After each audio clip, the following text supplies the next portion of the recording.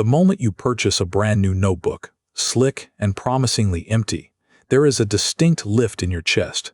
You are holding not paper, but possibility, a perfect record waiting to capture an immaculate version of yourself that has never before written a single line. By the end of the month, however, the corners have begun to fray. The ink has bled slightly onto the page, and you find your hand resting on half-finished thoughts and crossed-out promises. Do you love the sheer weight of potential more than the messy reality of persistence? This is a strange, profoundly human yearning. It manifests in the sudden enthusiasm for January 1st diets that fail by February 8th.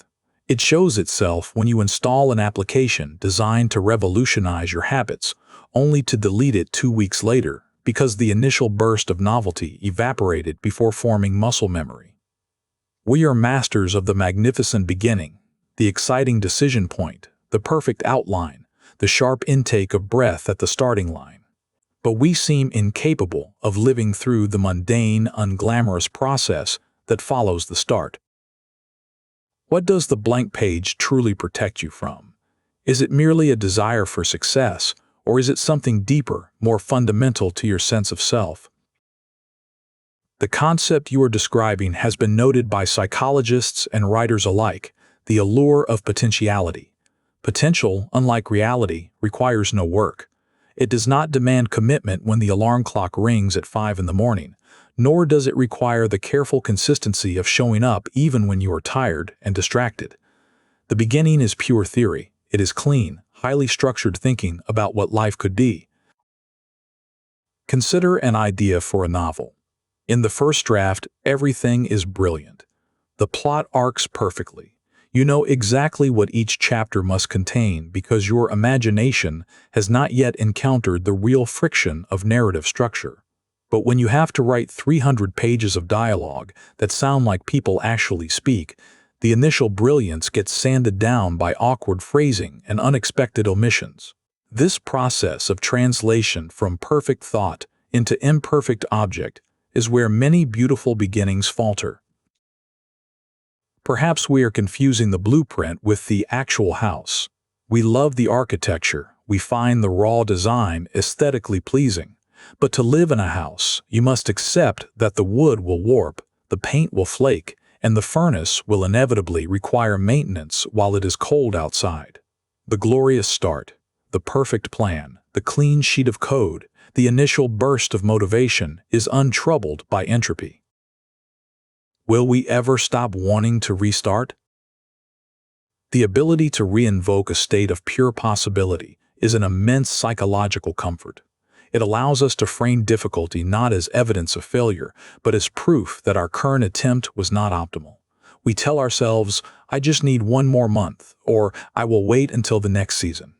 This delay is less about planning and more about postponing the messy business of being. A philosopher like Aristotle spoke at length about habit and virtue.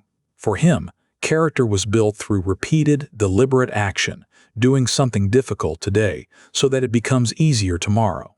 The view here is fundamentally physical. You do not become a runner by reading about running. You become one by putting foot after foot in the muck of the actual running path, accepting shin splints and blisters as part of the curriculum. We treat our own lives with a peculiar form of gentle self-sabotage. We are better at the ritual of planning change than we are at the slow grind of embodying it. And there is nothing wrong with that inclination. It simply means we tend to value the perfect initial vision over the stubborn, incremental effort required for maturity. Sometimes this desire to restart feels like a resistance to genuine accountability. The most brutal realization is that continuing something, a diet, a project, a difficult conversation, means accepting all of its ugly realities, the mundane phone calls with customer service, the boring filing process, the slow loss of youthful enthusiasm. These things are necessary if you want anything truly solid, anything deep enough to anchor your life around. The perfect version of you that exists on the blank page cannot survive a week of real-world consistency.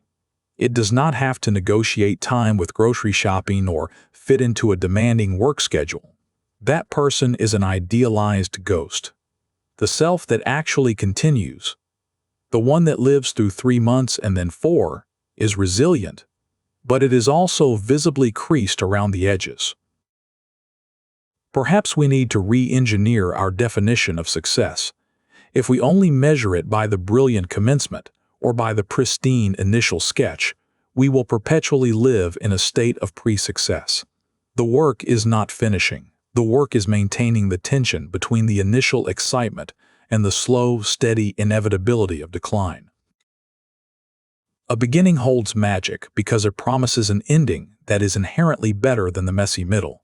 But the only way to get past the illusion is to understand that the middle sits the destination. It contains the weight of all your previous attempts, every scratch and cross-out on the page. This accumulated grit is not proof of failure. It is evidence that you were present enough to try something difficult for a long time. If this gave you something to sit with, that is what this channel is for. Small shifts in how you see your own life. I will see you in the next one.